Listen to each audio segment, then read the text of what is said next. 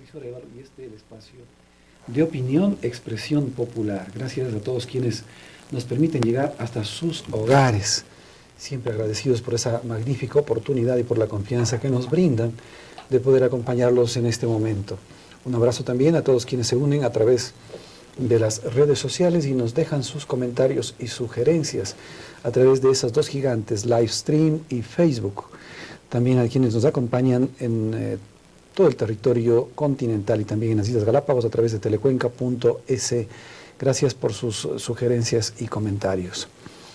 Bueno, este día, hoy hemos avanzado también a buscar a una persona que también está generando criterios, está dando sus opiniones en torno a diferentes temas. Es un activista político, es un comunicador social, pero sobre todo es una persona vinculada a medios de comunicación que está también preocupado de buscar generar cada día a esta ciudad desarrollo y progreso. Pues bien, hoy nos acompaña Nicolás Aguilar, él es periodista, es un activista también político, a quien le damos la bienvenida. Buenos días, Nicolás, gracias por acompañarnos. Muchísimas gracias, Patricio, por la invitación al programa. Muy buenos días a todos nuestros amigos televidentes de este prestigioso canal Telecuenca. Muchas gracias, gracias por acompañarnos, gracias por hacer de este espacio un espacio de opiniones diversas, pero sobre todo opiniones que buscan generar una discusión sana dentro de lo que es el convivir de esta agitada sociedad que hoy cada día se siente un poco más nerviosa, preocupada por las cosas que está viviéndose en el país. Bueno, yo quisiera empezar consultándole a usted un poquito el tema este. ¿Qué le motivó a usted a ser activista político? ¿Qué le motivó, qué le hizo que este bicho de la política entre en sus venas y le ponga un poco a dar su opinión, generar temas ideológicos y avanzar en esos debates? Bueno, en realidad yo creo que todo el ejercicio de la política es el ejercicio del bienestar común. El ejercer el activismo es la forma de uno influir para tener una mejor sociedad, tanto para nuestros padres, para nuestra generación y para nuestros hijos. Y bueno, fue un poco circunstancial porque a raíz de las elecciones anteriores que participé como candidato asambleísta, me tocó salir de un momento al otro a la palestra pública. Yo estaba dedicado a mi empresa, a mi negocio particular, y el momento que ya fui candidato me tocó comenzar a verter mis criterios y ayudar a construir la propuesta de nuestro partido a nivel nacional, que fue la Asamblea Constituyente, la Ley de Extinción de Dominio contra la Corrupción, y además de eso la propuesta de que nosotros hablábamos de que teníamos un Estado sometido en unas leyes que permitían la corrupción y que todo estaba podrido. Y 2 años y medio después el tiempo nos dio la razón. Tenemos un Estado con una podredumbre tal que tenemos arroz verde, tenemos los INA Papers, tenemos escándalos por doquier, instituciones que se desbaratan, una corte constitucional que en este momento cree que interpretar es igual a reformar y creen que cualquier opinión consultiva internacional debe ser impuesta en nuestra constitución y le vale un pepino lo que haya dispuesto el 66% del pueblo ecuatoriano. Entonces, creemos de que esto nos ha llevado a tener un poquito de razón y que debemos comenzar de nuevo a estar en la opinión pública, compartiendo y ayudando a que haya una serie de cambios políticos. Luego también estuve en lo del tranvía, que me pareció muy interesante. Nosotros comenzamos con María Palacios a hacer toda esta exposición de lo que pasó a nivel nacional con el tranvía, que hasta el día de hoy no funciona, que sí me gustaría tocar el tema que ha llevado a la quiebra muchísimos negocios. Mi negocio estaba en la ruta tranviaria y de un momento al otro se nos fue, en Alamar y Padre Aguirre. Por la Alamar, claro, ahí no había. Y desde un momento al otro se nos fue el 50% de la gente. Eso fue en los primeros años, después el 75% y recién ahora comienza la gente a retornar, pero muchos piensan de que ir al centro es un congestionamiento, cuando en realidad están a veces las calles vacías del centro histórico.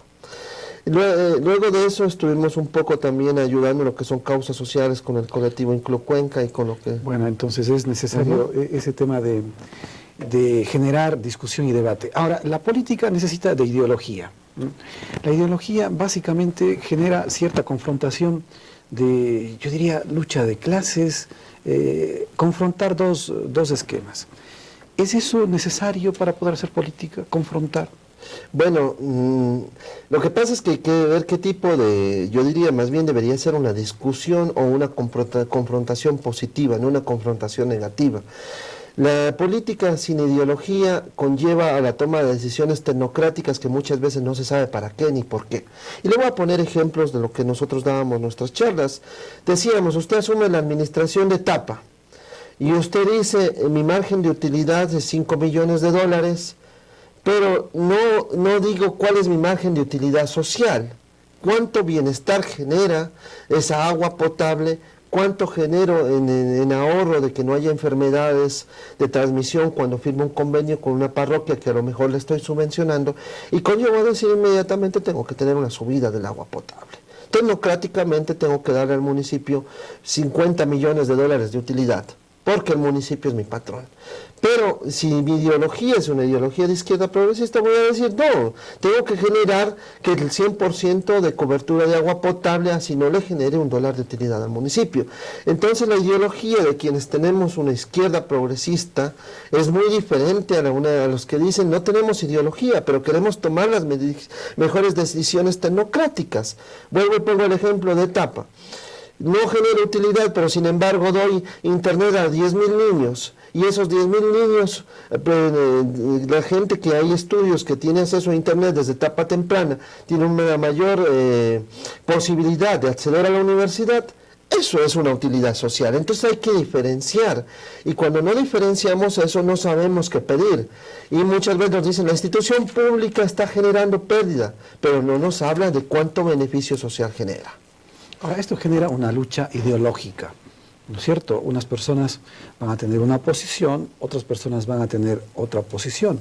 ¿Es esto beneficioso, el discutir sobre temas de ideología? Usted piensa una cosa, yo pienso otro. ¿Es constructivo, es productivo? ¿Va a generar crecimiento de la economía del país? Nos ha beneficiado bastante. Hay una ley de la termodinámica que dice a mayor fricción, mayor calor. Mientras más conocimiento tiene la gente, más está pidiendo. Y las elecciones pasadas fueron un claro ejemplo de que las personas, a pesar de las campañas millonarias de que querían influir en la opinión pública, las personas comienzan a estar mejor informadas y a exigir más a las autoridades. Y creo que es un reto para la administración municipal actual, tanto para la alcaldía, para la prefectura y para todos los GATS a nivel nacional, el saber cumplir esas expectativas. La gente ahorita ya no es tonta. La gente, a raíz de la masificación que muchos maldecían de la educación superior, este es uno de los países de América Latina donde ha tenido un mayor progreso a nivel de educación, que se está viendo reflejado en una reforma de las estructuras sociales, pero también tendríamos que haber visto eso en la economía. Hemos tenido un mal manejo a nivel político, a pesar de que ha habido en los últimos 10 años sí hubo un cierto manejo que hubo una especie de... Se le obligó al Ecuador a tener una barrera arancelaria que le protegió a su industria nacional. Hubo una política más nacionalista, que en eso estamos completamente de acuerdo, que por ejemplo benefició a la gente que producía calzado en Chordelet, que producía calzado en Gualaceo. Usted ve que en este momento eliminan las barreras arancelarias y comienzan a quebrar.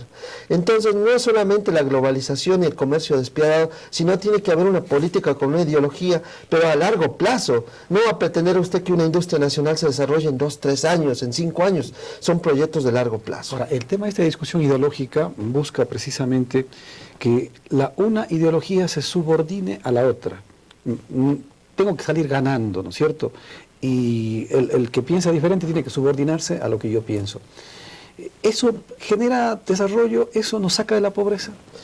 Pues miren, nosotros representábamos la tercera vía. La tercera vía es una encíclica papal que decía: el capitalismo extremo no lleva a nada. Una sociedad, discúlpeme, sin hospitales, sin educación pública estatal que le pueda competir a la privada, una sociedad sin servicios básicos de calidad estatales que pueda velar por los pobres, no puede hacer nada. Pero una sociedad sin un capitalismo y sin una libre competencia en ciertos sectores bien regulado nos ayuda a generar riqueza, pero un libre capitalismo nos destruiría totalmente. O sea, tiene que haber una combinación de ambas. Los países nórdicos han creado una socialdemocracia, pero nosotros decíamos, vamos más allá. A, tomar lo mejor del capitalismo y tomar lo mejor del marxismo. O sea, creemos de que las sociedades son una construcción de diversas ideologías a lo largo del tiempo. Pero no puede solo imperar una sola cosa, ni subordinarse los unos a los otros. Eso es correcto, es defender los derechos humanos, el yo imponer mi ideología, perdón que me ponga en primera persona, el imponer mi ideología sobre el otro. ¿Es eso parte de la convivencia?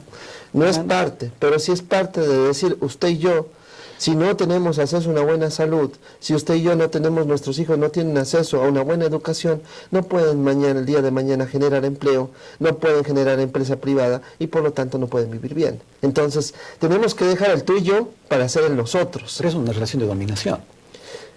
La relación tiene que subordinarse el otro a mi criterio, porque si no, le voy a seguir golpeando, atacando. Pero eso también, pero eso es la democracia. La democracia, cuando usted vota por un candidato, usted está dándole una tesis política, una predominancia, y obviamente la oposición, al poner también sus tesis políticas, también hace. Esa es la lucha. Cuando voto por un candidato, voto por su programa de trabajo. Vota por su programa y vota por la persona. Voy a hacer esta cantidad de obras, voy a hacer esta tarea, voy a hacer esta actividad. Eso es lo que de algún modo me invita a votar. Pero el tema de la ideología como que es importante, pero hoy se ha convertido en un elemento de subordinación. Mientras no logre hacer que el otro piense igual que yo, pues no está bien las cosas y tengo que seguirle golpeando económicamente, con lo que sea, para que piense igual que yo. ¿Eso cree que es democracia? ¿Considera democrático aquello? No lo considero democrático, considero que las sociedades son entornos altamente cambiantes. También tenemos una sociedad, tiene una historia, y esa historia tenemos que ver que, por ejemplo, en el caso de Ecuador ha tenido durante los últimos 100 años, tuvo dictaduras, tuvo presidentes de gama populista, y por lo tanto trascender de alguien que imponga una ideología a una discusión más democrática nos va a tomar un cierto periodo de años.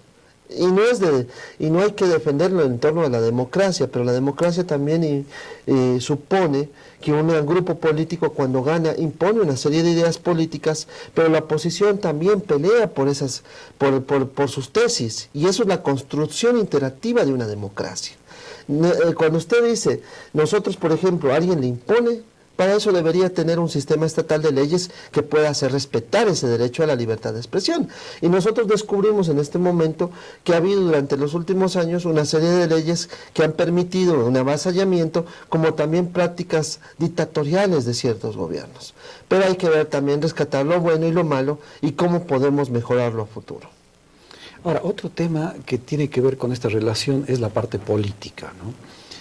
Y la política también genera este tipo de dominación. Hay un sector político que domina a otro. Y viene este tema de subordinación. Mientras el otro sector no se subordine a mi poder, pues vamos a tener problemas, ¿no? Bueno, tenemos una élite en el país que junto al tema ideológico viene el tema político. Mira, tenemos una élite en el país que ha querido dominar el Ecuador. Lo tuvo prácticamente pisoteado. Teníamos hasta hace poco tiempo, y no soy ni defensor del correísmo, simplemente le analizo hubo un cambio de relaciones de poder y es evidente, y le digo y se nota. Por ejemplo, que el mismo hecho de haberle dado asilo a Sanz, ningún gobierno social cristiano ni de toda la época pasada del Ecuador simplemente se iba a formar en Washington y a recibir órdenes. ¿Pero considera correcto haberle dado asilo a Sanz? Considero de que realmente fue un error geopolítico. Ecuador no tenía las condiciones políticas y si el presidente se metía a defenderlo, debió haber visto qué era lo que tenía en el rabo él, o sea, qué era lo que él tenía, que lo podían utilizar en su contra. Yo cuando Correa estuvo aquí, yo le pregunté si Estados Unidos no utilizó geopolíticamente toda la información que tenía y los errores de corrupción de todos los gobiernos de la izquierda progresista en contra de ellos. Se quedó frío, nunca se puso a pensar eso. Estados Unidos clasifica la información y lo utiliza para hacer lo que se llama moldeamiento de opinión pública. Por ejemplo, si sabe que un presidente es de tendencia homosexual, se queda callado, porque ellos pueden escuchar teléfonos, pueden activar teléfonos a larga distancia y tienen las fotos almacenadas. Usted se vuelve un problema para ellos, inmediatamente lo acaban públicamente. No necesitan hacerlo directamente. Ahorita vemos un montón de activistas políticos que comienzan a aparecer con emails, comienzan a aparecer con escuchas. Eso no está al alcance común de la población, ni siquiera de un ingeniero electrónico. Entonces, moldea nuestra opinión pública. El presidente no estuvo preparado, estuvo en la opinión pública, generó lastimosamente un baño de verdad a nivel mundial, pero también utilizaron los errores del régimen de él para poderlo aplastar. Entonces tenemos un factor geopolítico que se inclinó un grupo hacia la izquierda y ahorita estamos volviendo a una derechización bastante importante donde están saliendo muchas cosas, pero están jugando con nosotros, están jugando con la opinión pública y muchas veces no sabemos si esas personas que están presentando sus sliders no están por debajo de la mesa con esta misma derecha. Así que lastimosamente sí tenemos una guerra, tenemos un avallazamiento, pero a mí más me preocupa de quienes no aparecen y quienes manejan los hilos del poder y quienes están acostumbrados a manejar los hilos del poder y quienes se quieren imponer y nos quieren usar como punta de lanza. Y le pongo ejemplo. Salen lo de los SINA Papers y extrañamente se aprueba lo del matrimonio igualitario. Se va a aprobar un pacto comercial que rompe todas nuestras barreras de protección a nuestra industria y extrañamente aparece el matrimonio igualitario. Viene la flexibilización laboral y aparecen otros escándalos, que muy coincidencialmente, cómo utilizar grupos vulnerables como punta de lanza para defender reformas laborales que acaban con derechos laborales conquistados. ¿Usted cree que es muchas las coincidencias? Yo no creo en las coincidencias. Creo que extrañamente los grupos de izquierda han sido atacados y comienza a verse que el país se ve sumido en lo que no pudieron conseguir durante décadas. Ahora lo quieren hacer sin ganar una elección a través de ciertos presidentes y ciertos vicepresidentes que realmente tuvieron un giro para un programa político por el que no se votó. Ahora, dos temas, ¿no es cierto? Lucha ideológica, lucha política. Pero todo esto necesita de recursos económicos. Viene el tema económico y aquí viene otro tema de las relaciones de producción y sobre todo el hecho de que un sector se siente explotado por otro. Viene otra lucha que es la lucha económica. Esto también es parte de la discusión para este tema de dinámica, de generación. ¿Estas discusiones también generan desarrollo, generan progreso? Claro que generan. Mire, lo que se llama movilidad social es algo muy importante de discutir. Verá, de cada 10 niños a nivel de Latinoamérica, apenas uno llega a la universidad. En Ecuador, gracias a de lo que tanto tiempo les satanizaban las universidades de galaje, universidades baratas, nosotros creemos que la información va creando un contingente social. Por ejemplo, si usted es hijo de médicos, es más propenso a que siga la misma carrera o que haya escuchado toda la terminología. Usted, si sigue una carrera, sea más rico su conocimiento. Esa movilidad social también implica el tener el acceso de que el hijo de una empleada doméstica pueda ser presidente. Que la gente que está en los quintiles más pobres puede llegar. Esa es la democracia. Pero también es lo que usted dice, la lucha de clases, la lucha económica, la lucha por los de abajo que quieren estar arriba. Y si esa lucha no se da, no hay mejoramiento social. Y sin ese mejoramiento social no lo podemos traducir en poder tener una sociedad más rica. Por eso es que nosotros los activistas estamos peleando siempre, diciendo, la educación tiene que haber un cambio. ¿Pero qué educación? Muchos ahorita ya quieren la educación crear institutos técnicos, pero institutos técnicos de mano de obra barata, no institutos, no universidades donde la gente pueda ser ingeniera y no solo construir, sino también hacer el circuito que a lo mejor le pueda permitir mejorar su nivel de vida social. Entonces estamos en esta lucha, estamos en la lucha donde ahorita estamos viendo que quieren vender las empresas y los activos estratégicos que podrían servir para dar educación. Ahorita estamos viendo, estamos en una lucha donde el Estado quiere dejar de ser Estado, recortar recortarse en salud, recortarse en vivienda, recortar en todo y decir entregarle a una empresa privada que ha sido débil, que quiere que compita en una dolarización donde tenemos en un lado el peso colombiano que se devalúa según le convenga y tenemos en el otro lado el sol peruano que se devalúa. Entonces no tenemos esa flexibilidad cambiaria y tampoco tenemos los sueldos tampoco muy competitivos. Por lo tanto, el Estado debería poder tener una política económica diferente. Ahora, perdone que le interrumpa y sea un poco malcriado cortándole su intervención, pero si usted consulta a la población va a querer mantener la moneda actual, el dólar. Es decir, el gobierno tiene que acomodarse un poco a esa moneda y tratar de complacer a la ciudadanía que quiere tener una moneda fuerte.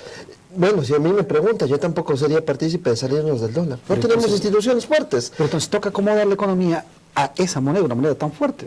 Usted me acaba de dar la razón. Y si tenemos que acomodar la economía, significa que si me entra un zapato chino de $2, precio OT en Guayaquil, y más impuestos me salen $3, ¿cómo compite nuestro empresario de calzado cuyos costos de manufactura y de hacer el cuero aquí mismo, de hacer todo aquí mismo en Ecuador? Porque si supongamos un zapato lo hace aquí, beneficia a la industria plástica, beneficia a la industria del cuero, beneficia, o sea, crea empleos indirectos. Pero aquí viene el tema cuesta $18. Aquí viene el tema de las relaciones laborales, ¿no es cierto? Que si bien son conquistas importantes, se logra tener una de las remuneraciones más altas de Latinoamérica, se tiene condiciones muy favorables para el trabajador, lo cual es correcto, pero nos deja fuera de mercado con relación a nuestros vecinos, porque los costos de producción suben tremendamente. Bueno, la ley laboral tiene que tener una reforma, en cierto sentido, en permitir, por ejemplo, y es algo como microempresario, que siempre le decía a nivel de foros de izquierda, no puede ser lo mismo una microempresa chiquita que una mediana y una empresa grande. No nos pueden tratar igual. Tiene que haber un cambio en esa forma. Pero tampoco pueden los empleados dejar de tener protección, dejar de tener seguro social. No se le puede obligar a un empleado, bajo pretexto de que usted le amplía las horas, a hacerle trabajar durante 90 horas a la semana, como sucede con los choferes de bus. Muchos choferes en este momento trabajan más del tiempo de las 8 horas y sin embargo, a pesar del pago de horas extras, son bombas de tiempo. O sea, tiene que haber una protección por parte del Estado, pero tiene que haber una diferenciación. Mire, hay lo que se llama costo barrera, que se le conoce de entrar a un negocio. Si usted tiene un costo de barrera alto, por ejemplo, de ponerse una empresa, usted no lo hace, le desestima y por lo tanto no genera. Claro, son barreras de entrada. Las barreras de entrada son muy altas en el Ecuador. Entonces sí tiene que haber una reforma en cuanto al tratamiento de microempresa, de mediana empresa y de gran empresa. Y de reconocer ese trabajo informal, porque los microempresarios somos los que generamos casi el 60% del trabajo en el país y somos de los que generamos casi el 50% de la riqueza, porque los grupos económicos, muchos de ellos no dejan su riqueza en el país, sino que se la llevan. Los grupos económicos generan casi el 60%, pero apenas emplean al 10% de la población laboral. Ahora aquí viene otro tema, seguimos nosotros con subsidios. Un fuerte recurso del presupuesto va a subsidios. ¿Es necesario revisar ese elemento a fin de poder ajustar la economía del país o seguir endeudándonos para cubrir esos déficits que se generan? Es como si usted tiene una fábrica de helados y uno de sus hijos se come el helado, usted le comienza a decir, tómate otro helado. Nosotros producimos gas, lastimosamente producimos una gasolina de mala calidad, pero esos subsidios en cierto sentido ayudan a mantener una estabilidad económica. Al quitarlos, simplemente lo que usted está creando es un nivel de pobreza sin precedente, porque supongamos, quitan totalmente el subsidio de la gasolina, el subsidio del gas, el precio del almuerzo le aumenta. Supongamos los que comemos aquí en la ciudad un almuerzo de $2, nos aumenta a 4. Nos dicen, nos van a decir vulgarmente, háganlo en su casa, como sucede en Estados Unidos. Pero en Estados Unidos usted gana lo suficiente como para poder hacer una serie de actividades complementarias, poder tener una serie de servicios que a lo mejor no le puede tener usted aquí en Ecuador. Y por eso seguimos teniendo una alta tasa de migración. En estos momentos, si quitamos esos subsidios, el sincerar la economía sería destrozarla en una economía dolarizada. O sea, estamos teniendo, solo con las subidas que hemos tenido, el quitar los subsidios de los combustibles, los empresarios están teniendo en este momento una contracción de la masa monetaria. Los microempresarios sentimos de que ya no hay circulante en la calle y comienza a perderse ese poder adquisitivo por parte de la población. Entonces no hay una política macroeconómica, como decían en los gobiernos anteriores. Decía Correa, por ejemplo, inyecto $1.000 millones y tengo una tasa de crecimiento de tanto, calculo en base a la ciudad, y obviamente se le salían ciertas cosas de la mano. Entonces te dice, no, voy simplemente a quitar los subsidios de los combustibles, quito parte de la masa monetaria y la contracción. No tiene idea de en qué va a acabar y cómo va a acabar. Entonces esa política sin ideología nos está llevando a destrozarnos. Y la gente está comenzando a emigrar más y está buscando cómo irse. Yo tenía amigos que decían, nunca me voy del Ecuador, me quedo acá, y ahorita están viviendo en Chicago, en Nueva York, no saben que, no, simplemente ya están llevándose a sus familias. Y el decir que la migración paró es una mentira. De las 500,000 personas que tenemos registradas, yo me atrevería a decir que somos más de 1 millón de personas, pero hay personas que ya simplemente dicen, no vuelvo. En mi propia familia, casi el 60% están fuera del país y no quieren volver.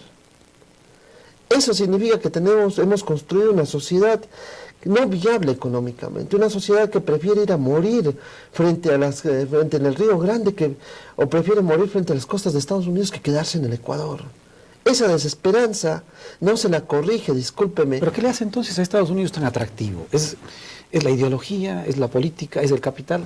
No, a Estados Unidos le vuelve atractivo usted ir a ganar plata, el poder tener todo, poder tener servicios básicos, el poder tener salud, poder tener vivienda, el poder hacerse hasta una casa acá. Pero si es tan malo el tema del otro lado, ¿no es cierto? El capital, el dinero, la explotación. ¿Por qué la gente va allá?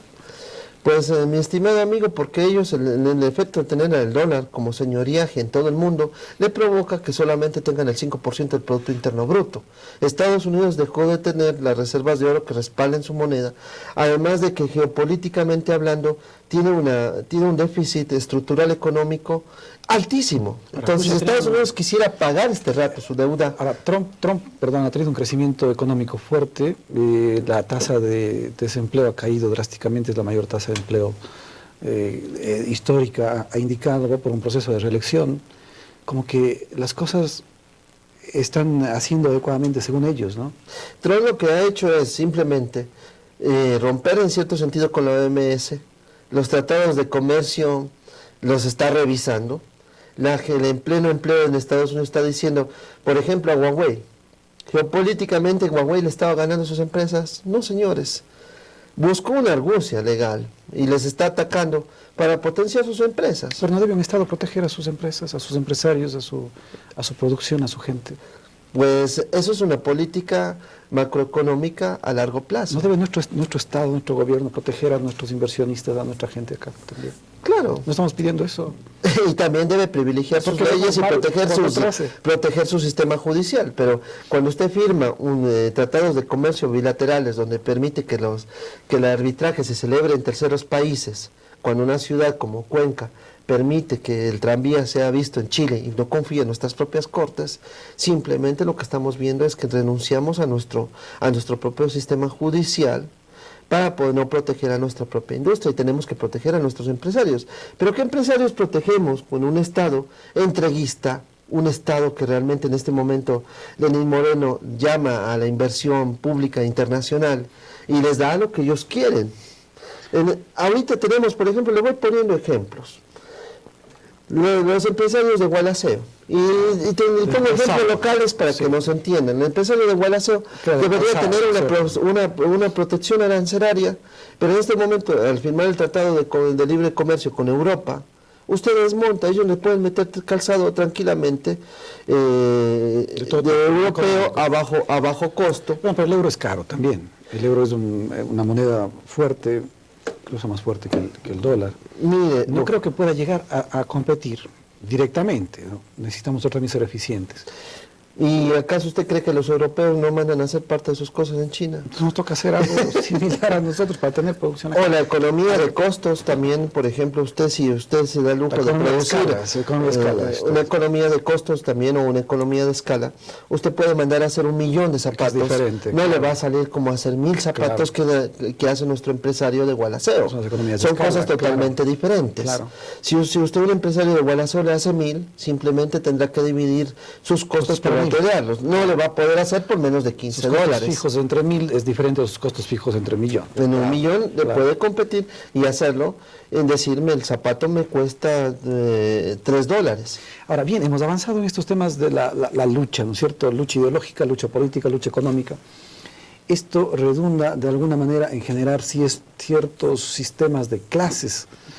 ¿Hay clases en nuestra sociedad? ¿Se maneja todavía ese tema de clases? Pues yo creo que eso hemos evolucionado. La lucha de clases era un término marxista de verlo desde luchas de los proletarios, de los burgueses. La lucha de clases sí se sigue diciendo el pobre y el rico, el que tiene y el que no tiene.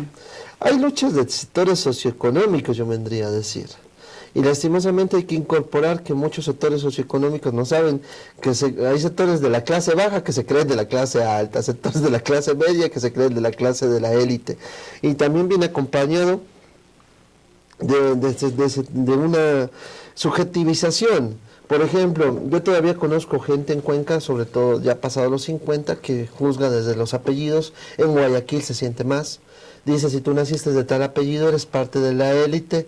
Son élites donde no se llega invitado, bueno, son simplemente que se pertenece o no se pertenece. Es que realmente Guayaquil es una ciudad muy grande, ¿no? Y que tiene una composición étnica fuerte también, pero una composición demográfica también. Pero si usted ve la gente guayaquileña, realmente la que nació en Guayaquil, la de padres, abuelos guayaquileños, es diferente. Tiene otra forma de ver la vida, es una persona más confiable, más confiada, más generosa, mucho más culta. Hay también esos segmentos, ¿no? Igual pasa en la ciudad de Quito, la cantidad de quiteños realmente no creo que sobrepase los 700.000, los realmente quiteños que vivan en Quito, que es otro tipo de persona también. Como que hay esa situación también de diversidad cultural también que se da. Ahora, esto nos lleva a generar los movimientos sociales como una alternativa para buscar esos cambios y esas mejoras. ¿Es así eso? Bueno, oiga, si esa clase de élite de Guayaquil es tan buena, sería de ir a ver en los Guasmos. ¿No conoce usted a gente? Claro, conozco gente de la clase alta de Guayaquil y conozco también los Guasmos. Sí, sí, sí. He visto las dos caras de la moneda. Claro, el Guasmo está compuesto de personas que hemos tenido que emigrar o han tenido que emigrar desde diferentes sectores de diferentes partes del país, ¿no es cierto? A raíz del terremoto, incluso se constituyó en un cinturón de pobreza. Los gobiernos obviamente no han visto la escala de movilidad social. Guayaquil no es solamente el malecón, Guayaquil es también los Guasmos y lastimosamente la gente que vive en situación de pobreza es en torno al 30%, si no me equivoco, de la estadística del INET, y más de un 60% está de la clase baja en Ahora, aquí Guayaquil. en Cuenca, por ejemplo, empieza a llegar gente extranjera. ¿Cómo les estamos recibiendo a la gente que viene de Venezuela, de diferentes lugares de Latinoamérica? ¿Les estamos dando la atención, les estamos incluyendo o les estamos también dejando en cinturones fuera de nuestra sociedad? Cuenca es una sociedad mucho más justa, y es más justa en cierto sentido porque, digamos una cosa, la élite cuencana en cierto sentido, aunque ha sido una élite mucho más conservadora, la gente de la sierra siempre tiende a ser un poquito más conservadora y mucho más difícil, pero el hecho de tener una migración altísima por parte de los sectores medio y bajo, y esta élite haberse también fogueado en el exterior en cierto sentido, nos lleva a tener una misión totalmente diferente de la sociedad. Aquí no se ha visto cinturones de pobreza, sino cinturones muy eventuales que se comienzan a sentir. Si llegan 5.000 venezolanos de la noche a la mañana, no van a encontrar alojamiento tarde o temprano, pero sin embargo usted no les ve en las situaciones de mendicidad extrema. En cambio en Guayaquil sucedió otra historia, y es una historia permanente. Usted no ve cinturones de pobreza dramáticos. El cuencano, ¿qué es lo que ha hecho? No ha podido a lo mejor encontrar en cierto sentido su bienestar acá, ha emigrado. Y al recibir ahorita la gente que también está viniendo para Cuenca, está migrando, está recibiéndole bien y no está teniendo mayores problemas. No ha habido esa xenofobia, pero en ciudades donde no ha habido migración, como en Ibarra, que no se ha sentido ese fenómeno, obviamente está habiendo fenómenos de xenofobia en ciertas partes de Quito también, que no han sentido el fenómeno de la migración. Entonces son situaciones muy diferentes en el Ecuador. Donde más se ha migrado en el país ha sido en toda la región del Austro y en ciertas regiones de la costa y de la sierra. Pero estamos preparados como ecuatorianos para recibir un proceso migratorio fuerte. No estamos preparados. Y ya se siente en el ámbito de delincuencia, de empleo, se siente en cierto tipo de xenofobia, se comienza a sentir, a pesar de que Ecuador tiene la tradición de tener una sociedad tranquila, no xenófoba. Entonces creo que, a pesar de no estar preparados, somos el país de la región de América Latina que más refugiados recibimos, más migración interna económica estamos recibiendo. Por lo tanto, estamos por lo tanto, tolerando. Los colombianos decían que es la más alta tasa de personas que están aquí refugiadas. Pero yo creo que el nuevo presidente, porque este presidente ya no tiene mucho que hacer, ahorita lo que le veo es, el objetivo claro es lograr hacer las reformas laborales, meternos un paquetazo, dejar privatizando lo que pueda y dejarnos enrumando a la derecha. El próximo presidente lo que le va a tocar hacer, y que no hizo la Revolución Ciudadana, es construir un acuerdo nacional, pero un acuerdo nacional real, un acuerdo nacional donde pueda realmente verse una institucionalidad que se vea a futuro, pero tiene que venir alguien que venga con el compromiso de construir ese acuerdo y de irse. No se puede, la democracia no se construye en el caudillismo de tener una administración omnipresente, y eso es lo que nos hizo mal a los ecuatorianos. Lo que nos debe ahorita ayudar es construir un acuerdo político, pero que sepamos que va a haber esa renovación y va a haber ese cambio generacional político. Ahorita muchas de las instituciones políticas sienten que ese caudillismo nos deja prácticamente huérfanos, y no hay el gabinete negro atrás que nos permita ir construyendo y de que ir formando gente que entre inmediatamente a tomar decisiones. En este momento yo le pongo un ejemplo. El alcalde Pedro Palacios pide tiempo para que pueda resolver los asuntos de la ciudad, lo del tranvía. Y esto es como cuando el médico llega a la situación de urgencias y obviamente dice, tengo que tener un tiempo para hacer los exámenes, pero tiene que saber diagnosticar y poder evitar la muerte del paciente. Lo mismo sucede en el caso de la administración pública. No tenemos una formación adecuada política que permita saber qué la gente va a ir a hacer. Muchos de los concejales actuales, cuando llegaban, no sabían ni qué presentar en recursos humanos. Entonces son una cuestión de que tenemos que comenzar a construir un acuerdo nacional, pero también a construir los políticos que queremos para el mañana. En estos momentos se debate incluso una nueva reforma en la ley de elecciones, y estuve en una reunión con el vicepresidente del Tribunal Electoral como director de Unión Ecuatoriana, y no me volvió a invitar, porque no le gusta escuchar lo que los partidos tenemos que decir. Le dije, mire, primero, ellos están con la idea de dejar 4 o 5 partidos fuertes. Eso no favorece la democracia. Los partidos tienen que ser de acuerdo, pueden ser partidos de tendencias ideológicas o pueden ser partidos de tendencias, por ejemplo el Partido Verde, de defensa de causas, los partidos del LGBTI, que tienen que ir y demostrar en democracia qué es lo que quieren construir, y tienen que tener esa oportunidad. Y usted, al querer dejar 3 o 4 partidos fuertes, nos quiere volver a hacer lo que sucedió en la constituyente del 98, que nos costó carísimo a los ecuatorianos porque no había partidos chiquitos para poder hacer oposición. Segundo, la reforma de la ley del gasto electoral. Toda la ciudadanía piensa que los partidos nos entregan plata, eso es mentira, es como que nos entregaron los vales y solo podemos utilizar medios tradicionales y no podemos inventar, no podemos utilizar eso para hacer propaganda en internet, no se puede utilizar para hacer propaganda de ningún otro tipo. Entonces, ¿qué es lo que conlleva todo esto? Que muchas veces la gente le viene un empresario y le dice lo que estamos viendo en Arroz Verde, yo te ayudo con 100,000, pero vos me tienes que acolitar con tantos contratos para poder ganar eso. Quien mienta, quien diga lo contrario en el ámbito político, está llevando a una mentira falaz.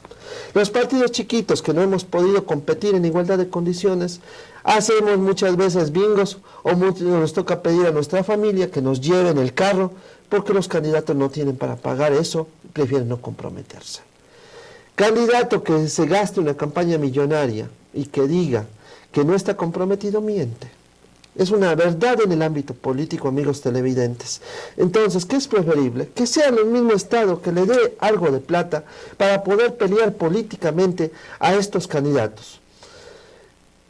Esto le dije al vicepresidente del Tribunal Electoral, al presidente del Consejo Nacional Electoral y al consejero, y no me quiso volver a invitar. No me invitó a la última reunión. Hizo un almuerzo con todos los directores de partidos, ya no recibí la invitación. No le gustó escuchar eso.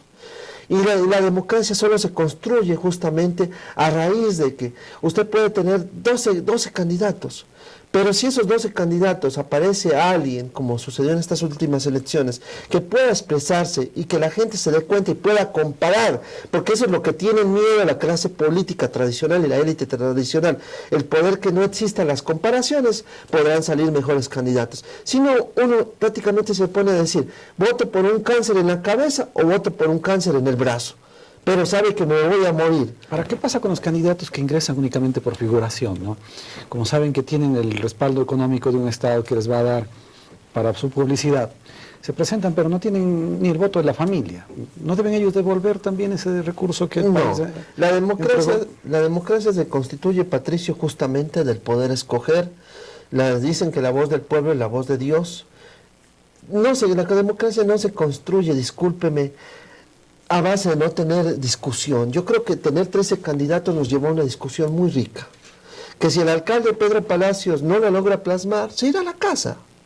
Pero sin embargo quedan temas que como sociedad nos van a ayudar a mejorar. En el caso de Cuenca, esas discusiones en el círculo intelectual, en el círculo intelectual, ha llevado a que tengamos una muy buena empresa de tapa, a pesar de todas sus deficiencias, que uno se muere de iras muchas veces, pero Tapa es buena.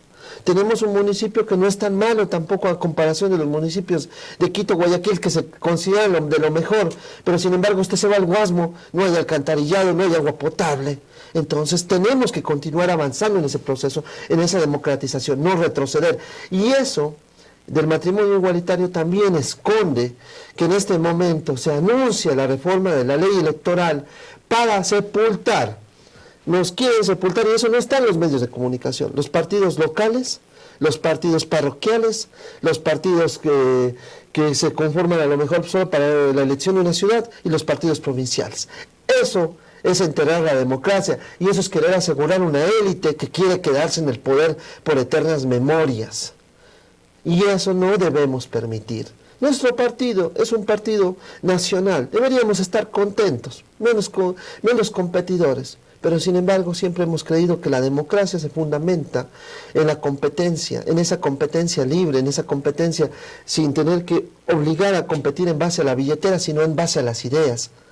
Eso es lo que nosotros buscamos, Patricio, y eso es uno de los golazos que nos están queriendo meter a nuestras espaldas. ¿No le parece tan extraño que nos comiencen a llenar de escándalos y no nos toquen este tema? Sale una columna apenas corta. Sin embargo, dice, acuerdo de los partidos políticos por esta reforma.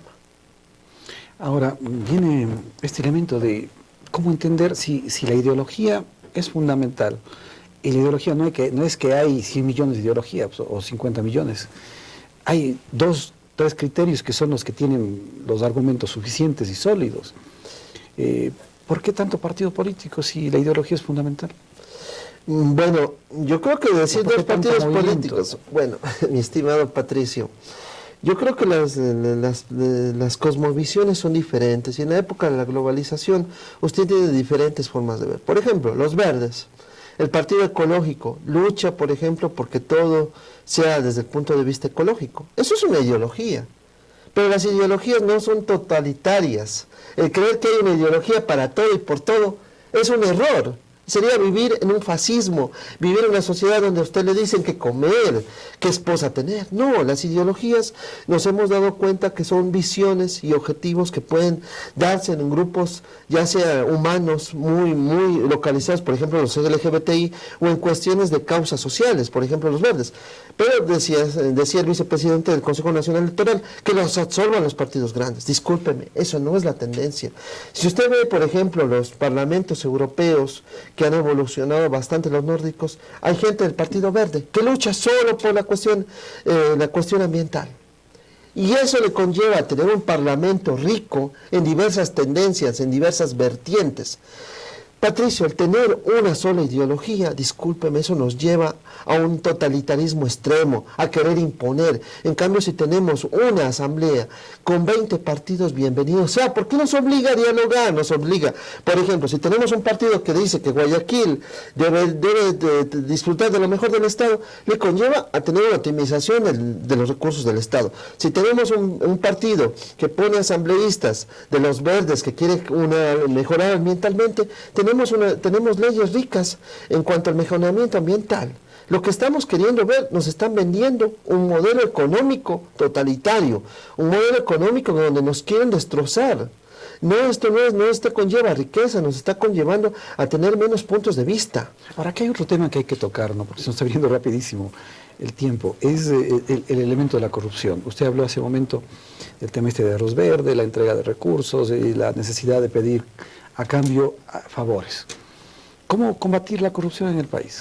Bueno, la corrupción viene a ser la ganancia extraordinaria fuera de un legítimo giro de negocio. ¿Qué significa esto, amigos televidentes? Por ejemplo, si un funcionario trabaja en una X entidad estatal y gana $2.800, significa que tendrá un ingreso de $36.000 con 13º, 14º, y no te podrá ganar más de eso. Pero si aparece de la noche a la mañana con una camioneta de $100.000, hay una ganancia extraordinaria. No nos quieren dejar ver esto. La corrupción debería estar definida. Nosotros propusimos la ley de extinción de dominio, que significa el dominio muy independientemente se extingue. Si se le ve una camioneta a usted andando durante un año seguido, le quitamos la camioneta. Aparecerán X y personas justificando, pero podemos saber. No quieren aprobar porque la clase política estaba en una clara colusión de este tema. Cuando nosotros llegábamos, los periodistas se nos reían, decían, ley de extinción de dominio. ¿Dónde funciona eso? En toda América Latina. La ONU le señala como uno de los medios más eficaces de la lucha contra la corrupción. E incluso señalábamos que estaba tan enquistada la corrupción que tenía que haber una constituyente y reformas severas a la Constitución. Mire, la corrupción, mi estimado Patricio, solo se la puede combatir con reformas en la Contraloría. Les pongo ejemplos. Ustedes, amigos, van a un municipio, tienen que primero que leer cómo hacen la clasificación del manual contable. No hay una norma común a todo el sector del Estado. Por lo tanto, si usted, por ejemplo, invierte en la bolsa de Nueva York, todas las normas contables son equiparables. Usted va y encuentra en cuestión de minutos. Aquí es diferente, cada institución pública es un mundo. Y es un mundo no automatizado. Ahora que habla de diferentes actividades, ¿cuáles son las actividades más vulnerables al tema este de corrupción? Los que involucran la contratación pública y lastimosamente los contratos especiales. Cuando usted escucha un contrato especial o un contrato de emergencia es el que más se presta a corrupción. Y también entidades donde usted tiene que hacer dictámenes sobre resolución de información, que puede ser desde el municipio, desde clasificar un terreno, lotizar, entonces son entidades donde usted tiene que tener la mayor transparencia. ¿Y la mayor transparencia qué significa? Desde el mismo INET tendría que haber una serie de normas de obligar al Estado de clasificación de información. Por ejemplo, si usted quiere saber algo de la registraduría, debería tener un formato XML, le hablo de formato computacional, donde usted tiene tablas que son equiparables y usted puede desde el Estado Central consultar. Registro de la propiedad de Cuenca, necesito saber, por ejemplo, cuántas propiedades tiene tal persona en el país. Campo 1 aparece el nombre, campo 2 aparecen los metros cuadrados, campo 3. Pero aquí en Ecuador usted tiene sistemas informáticos no compatibles. Por lo tanto, usted no tiene transparencia, lo que hay es opacidad. Recién vengo de saber el caso de una persona que para hacer la inscripción de una herencia, alguien va y hace sola posesión efectiva a nombre de uno de los herederos, en una notaría. Va y vende el terreno como si fuera lo más normal del mundo y no hay entidad pública que defienda. Eso se llama opacidad y eso hay que combatirlo. Pero para hacer eso tendría que usted tomar primero entidad por entidad y volverle la base de la pirámide al público. ¿Qué es lo que espera? Y hacer una transformación completa. Pero eso solo lo va a lograr mediante una reforma drástica del Estado que no lo está buscando. Aquí, ¿qué es lo que hace? La pirámide gira en torno a una clase de élite que dice, no estamos ganando lo suficiente, ñaño.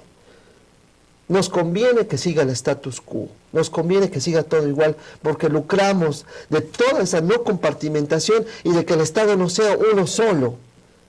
Y lastimosamente estamos ante eso. El caso que le pongo es un caso real que le puedo documentar.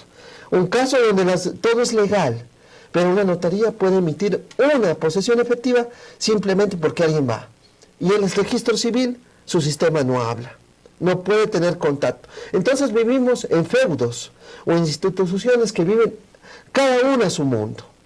Cada uno a su mundo y que no quiere compartir. Todo eso hay que reformar.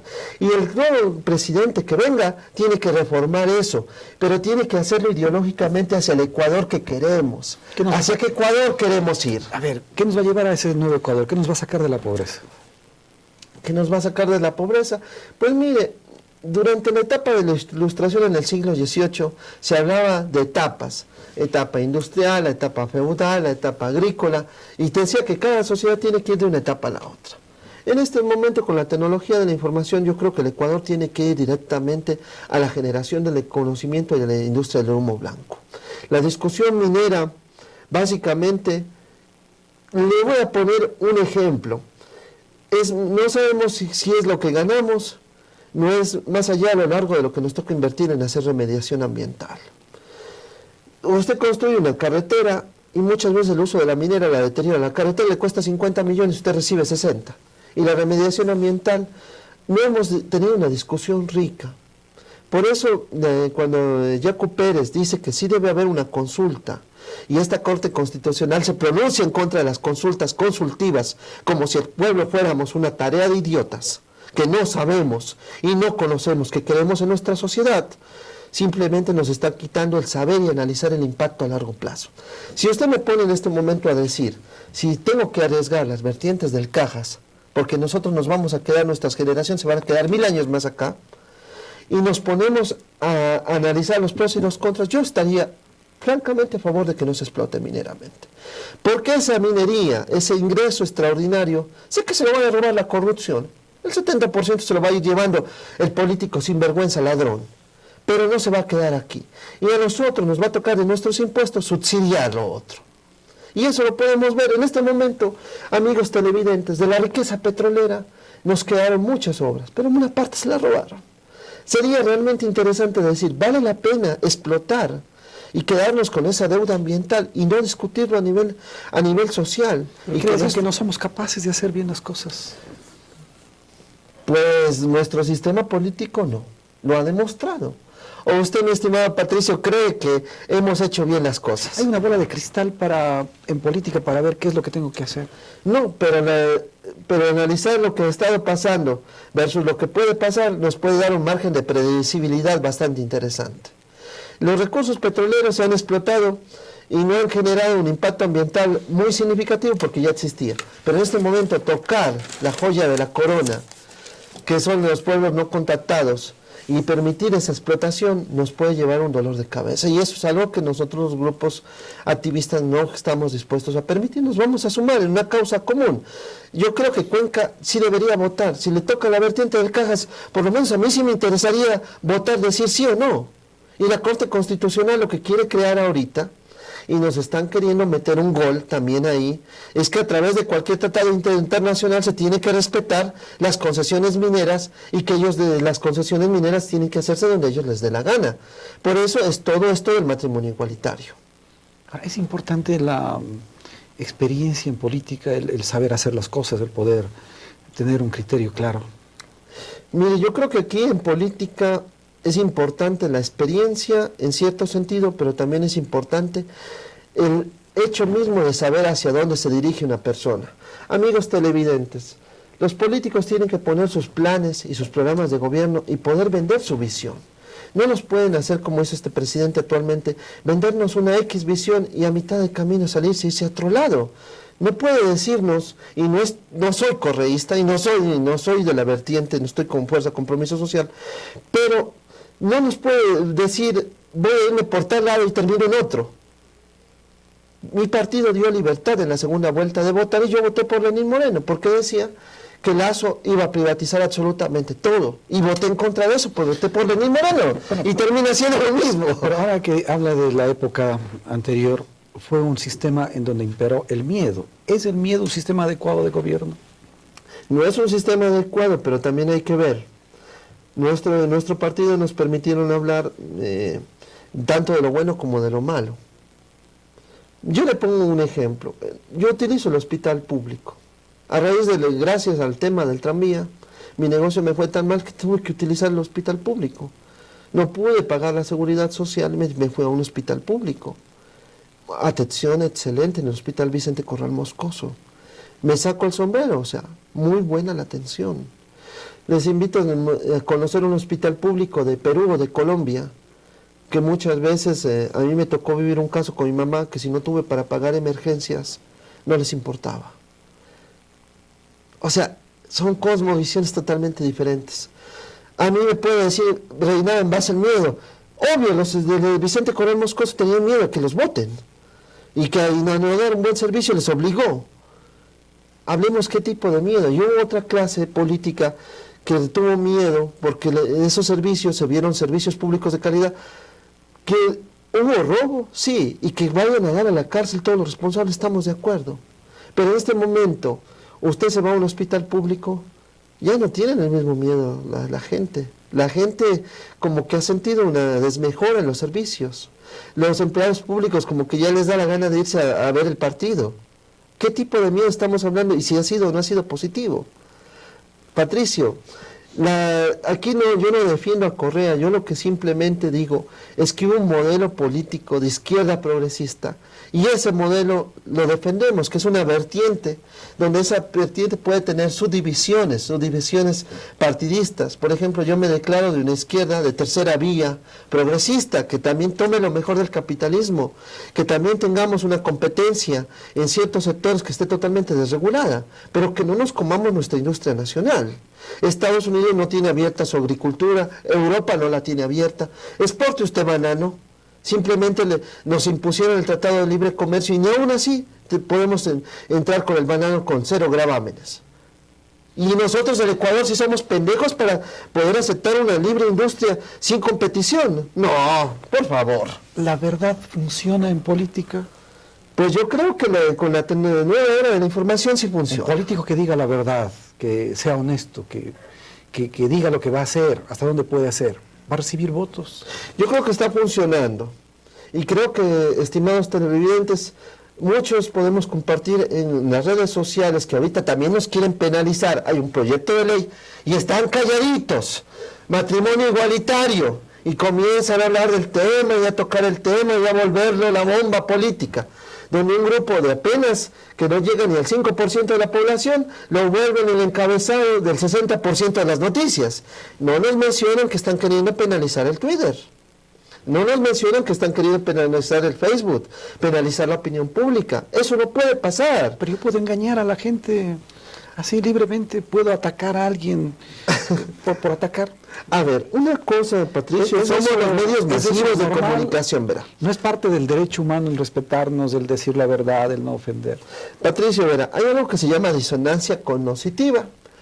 Nosotros vemos, por ejemplo, en la calle a una persona y en 30 segundos tomamos una decisión. Si le vemos con terno, le vemos con una maleta, nuestra mente le ve y dice, ah, no, trabaja en una oficina. Si nosotros vemos un medio masivo de comunicación como este, que es prestigioso, que sabemos que contrasta la noticia, dicen, no, la noticia tiene un 100% de veras. Pero si veo el Twitter y veo que, por ejemplo, aparece Perico de los Palotes diciendo algo, sé que es una opinión personal igual que lo puede decir en el mercado, en la plaza pública. Pero usted, y el quererle penalizar y decir eso... muy formado y tiene una cultura amplia. Pero hay personas que toman el Twitter como algo... la última verdad, lo que es. No creo. No, las personas han evolucionado, Patricio. Ya no estamos en la cuenca de los años 50, donde había un analfabetismo alto. En este momento Twitter, las personas han comenzado a evolucionar de una manera tal que ya saben diferenciar. Pero también hay una cosa, que los medios masivos cometieron muchos errores. Hay que buscar fuentes correctas. Entonces. Cometieron errores. Por ejemplo, si usted se pone a ver... Hubo una encuesta de parte de Sedatos donde decía que no confía ya en Teleamazonas. Oiga, si las personas fueran tontas y no informadas, no confía en Teleamazonas, no confía en muchos medios masivos en Ecuavisa. ¿Por qué? Porque se veía privilegio de ciertas noticias. Toca medios, deben los medios tomar partido, deben los medios formar parte de la discusión política. Pues mire, identificarse con algo, deben. Yo creo que deberíamos decir abiertamente que el medio sí debería poner su posición. Creo que es mejor que lo haga de frente que lo haga por las espaldas. No existe, como periodista, no existe la objetividad total, eso sería un invento.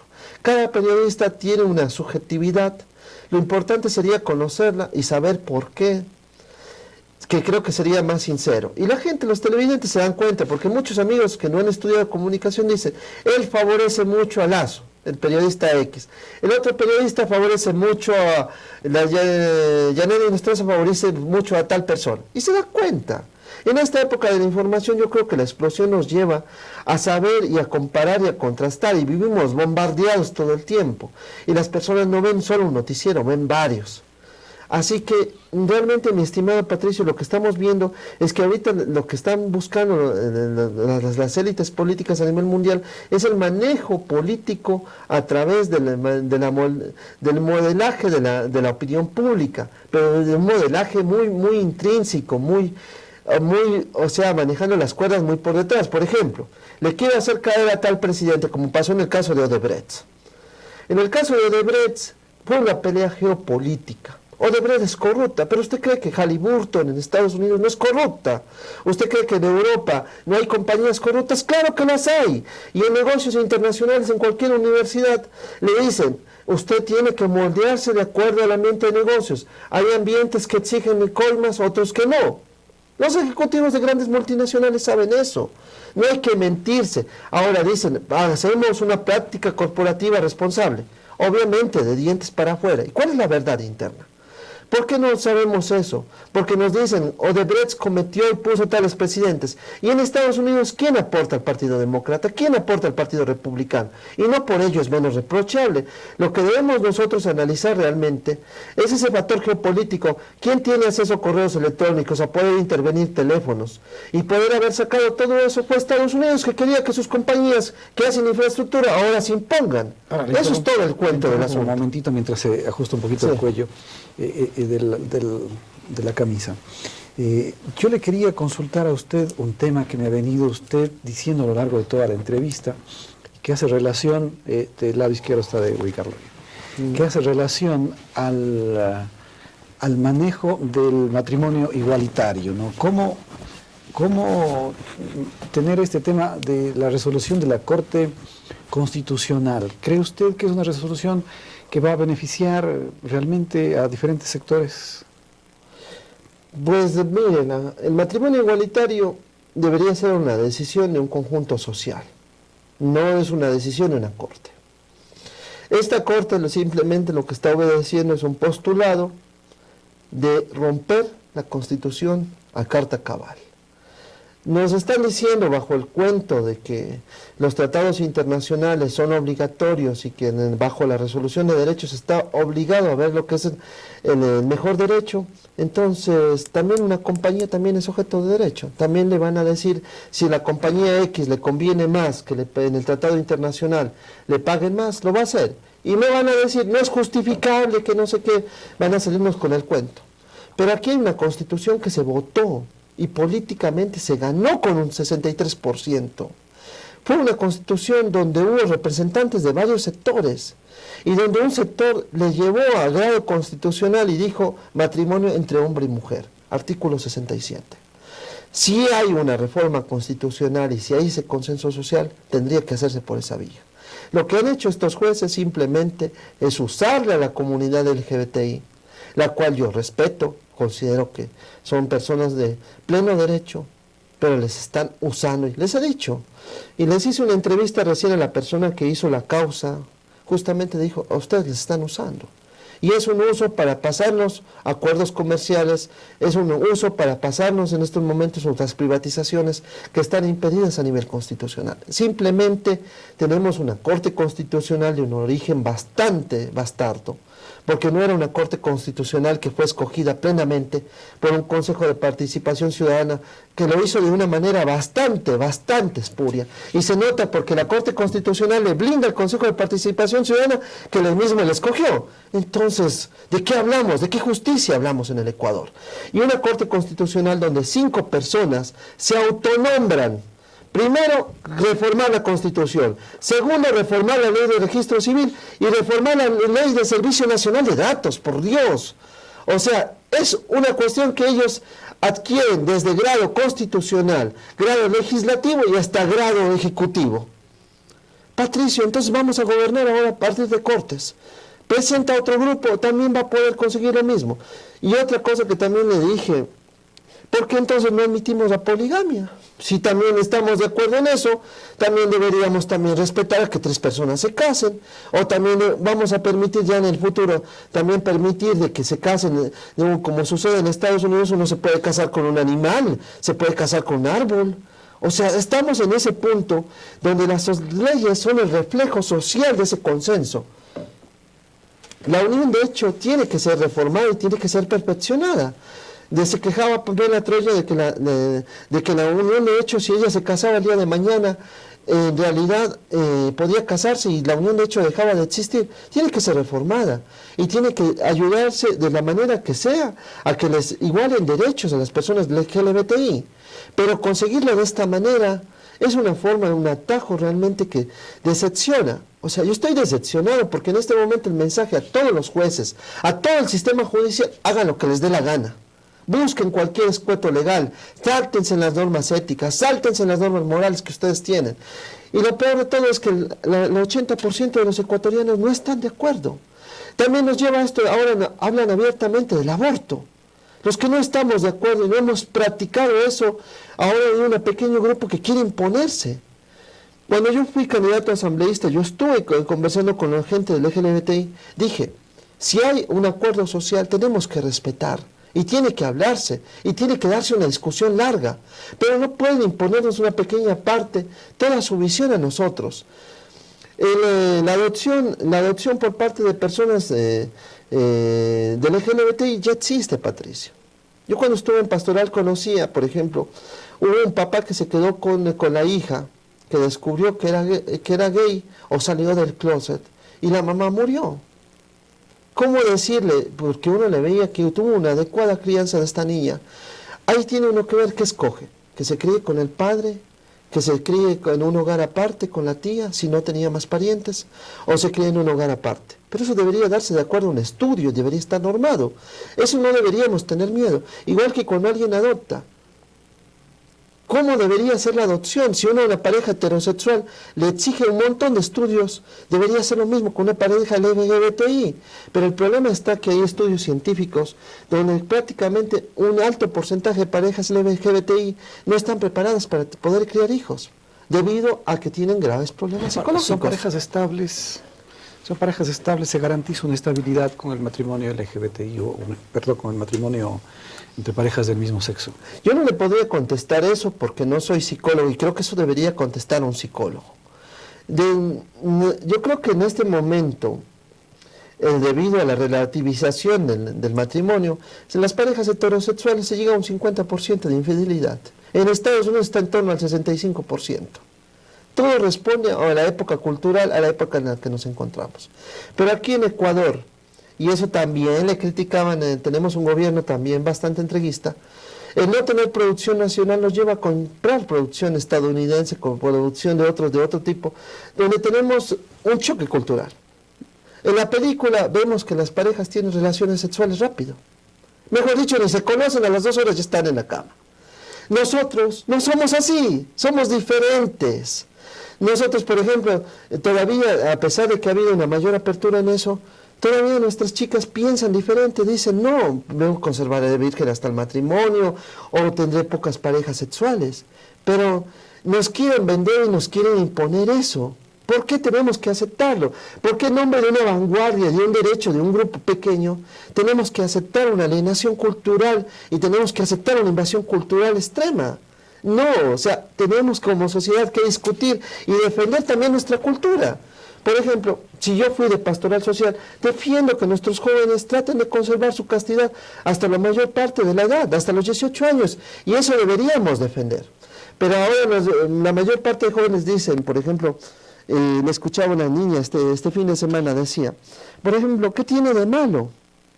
¿Qué tiene de malo, por ejemplo, el matrimonio igualitario? Y le decía, por ejemplo, tú hasta los 18 años, uno les enseña, por ejemplo, sobre la educación sexual y cómo usar preservativo a los jóvenes en ciertas escuelas y colegios, aunque ya es práctica del 100% en la mayoría, para que puedan protegerse y saber a lo que se meten.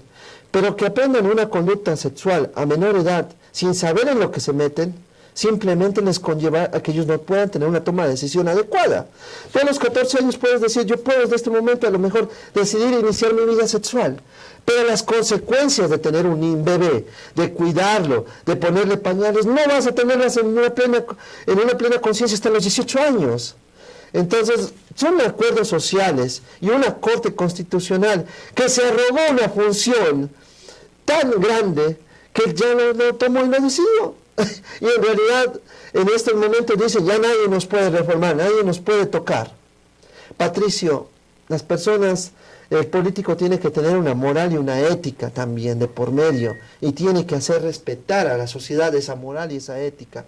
Y nosotros como periodistas no podemos tampoco ponernos en el 100% de defensa de ese, por ser progresistas, de algo que consideramos prácticamente ilegal.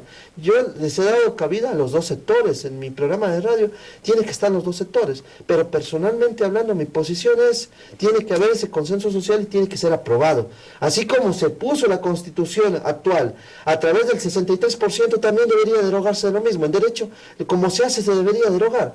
Pero si no, mañana, mi estimado Patricio, vamos a tener la Corte que ya va a declarar otras cosas insubsistente. El artículo 67 es muy claro, matrimonio hombre y mujer. Señores de la Corte Constitucional, ¿no les está claro? ¿O hay que interpretar eso?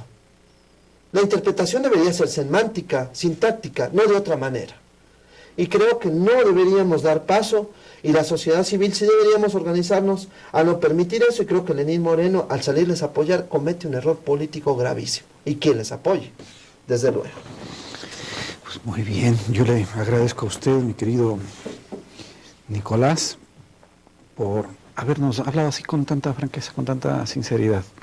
Se nos ha volado el tiempo, ya estamos terminando el programa. ¿Algún tema que nos quede pendiente de conversar? Yo creo que para una próxima ocasión todavía nos queda largo de hacer un análisis de lo que está sucediendo en los GATS, de lo que sucede en Contraloría. Contraloría tiene que tener una reforma muy profunda. De Contraloría, primero, la Contraloría debería funcionar en todo el país de manera de tener direcciones independientes y tener equipos independientes que puedan hacer la función antes, durante y después, pero deberían trabajar de forma separada. Un acompañamiento, usted. Tiene que derogarse también el artículo que le impide que la Fiscalía pueda presentar una acusación sin el informe de Contraloría. Creo que nos queda debiendo bastante de eso.